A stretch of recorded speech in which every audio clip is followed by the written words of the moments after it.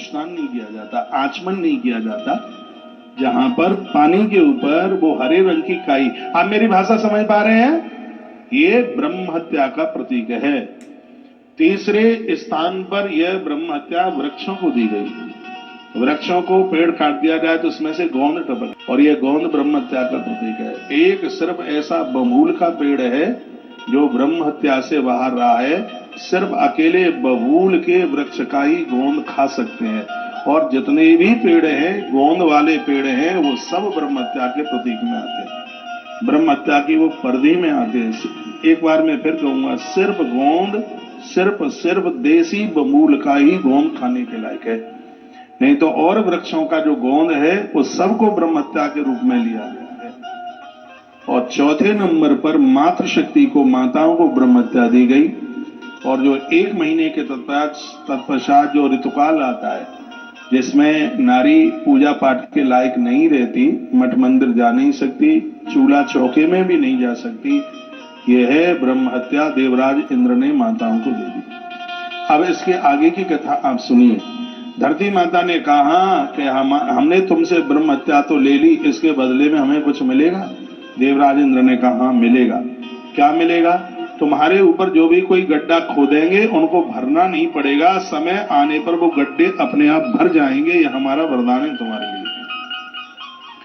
जल ने कहा कि हमने तुम्हारी ब्रह्म हत्या ले ली, हमें कुछ मिलेगा क्या? तो कह दिया कि तुमसे तर्पण होगा, तुमसे यज्ञों का अभिषेक होगा, तुमसे देव प्रतिमाओं का महा अभिषेक होगा, तुमसे लोगों को शुद्धि मिलेगी, हमारा वरदान है। और जितना भी सरोवरों में से तुम्हें निकाला जाएगा उतना ही तुम्हारा स्रोत बढ़ता रहेगा, पानी की कमी नहीं आएगी, हमारा दिया हुआ वरदान है। ये जल देवराज इंद्र ने कहा तुम्हारी डालियां काट दी जाएंगी तो फिर वो द्वारा से अंकुरित हो जाएंगी, तुम्हें रोपा नहीं जाएगा, जो तुम्हारा काट छांट, जितना तुम्हारी कटाई छटाई होगी उतना ही तुम्हारा विस्तार होगा, ये हमारा दिया हुआ वरदान है। और वृक्षों की पूजा होगी, इसलिए तो आज पेड़ पूजे जाते हैं, देवराज इंद्र ने यह वरदान दिया। तो उसके बाद चौथे नंबर पर पूज्य मातृशक्ति ने कहा कि हमने आपकी ब्रह्म हत्या ली है, हमें भी कुछ मिलेगा क्या? तो देवराज इंद्र ने कहा मैं तुम्हें 2 वरदान देता हूं।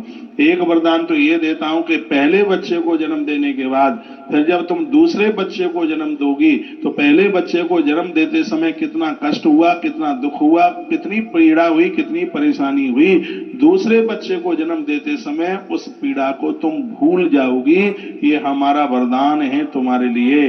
तत्पश्चात ऋतुकाल के चौथे 5वें दिन तुम्हें इतनी शुद्धि मिलेगी, इतनी पवित्रता, 1 महीने में तुमसे जो भी कोई त्रुटि, जो भी तुमसे कोई गलती हुई है, तो ऋतुकाल के होने के तत्पश्चात तुम पवित्र हो जाओगी, तुम पावन हो जाओगी। और जिस समय 5वें, 6वें, 7वें दिन की बात कही गई है, इन दिनों में जो भी तुम्हारा पति तुम्हारा मुख देखेगा उसे साक्षात महाशक्ति के दर्शन के बराबर फल मिलेगा। अब ध्यान से सुनिए, और सूरत नहीं दिखाती, जब वो शुद्ध होती है 4 दिन के तत्पश्चात तो नारी चूल्हे चौके का काम कर सकती है, घर का काम कर सकती है, लेकिन देवी देवताओं के कार्य के लिए 5वें दिन के तत्पश्चात ही उसको शुद्धि मिलती है। देवराज इंद्र ने कहा कि उस समय तुम अपने पति का मुख देखोगी, उस समय तुम भगवान का दर्शन करोगी, तो भगवान भी तुम्हें देख करके अति प्रसन्न होंगे। कहा गया है कि पवित्रता के तत्पश्चात जो नारी भोजन बना करके भगवान का भोग लगाती है, धरती के संपूर्ण मंदिरों में भोग लगाने का फल उसको तत्काल प्राप्त होता है। नारी उस समय इतनी पावन हो जाती है।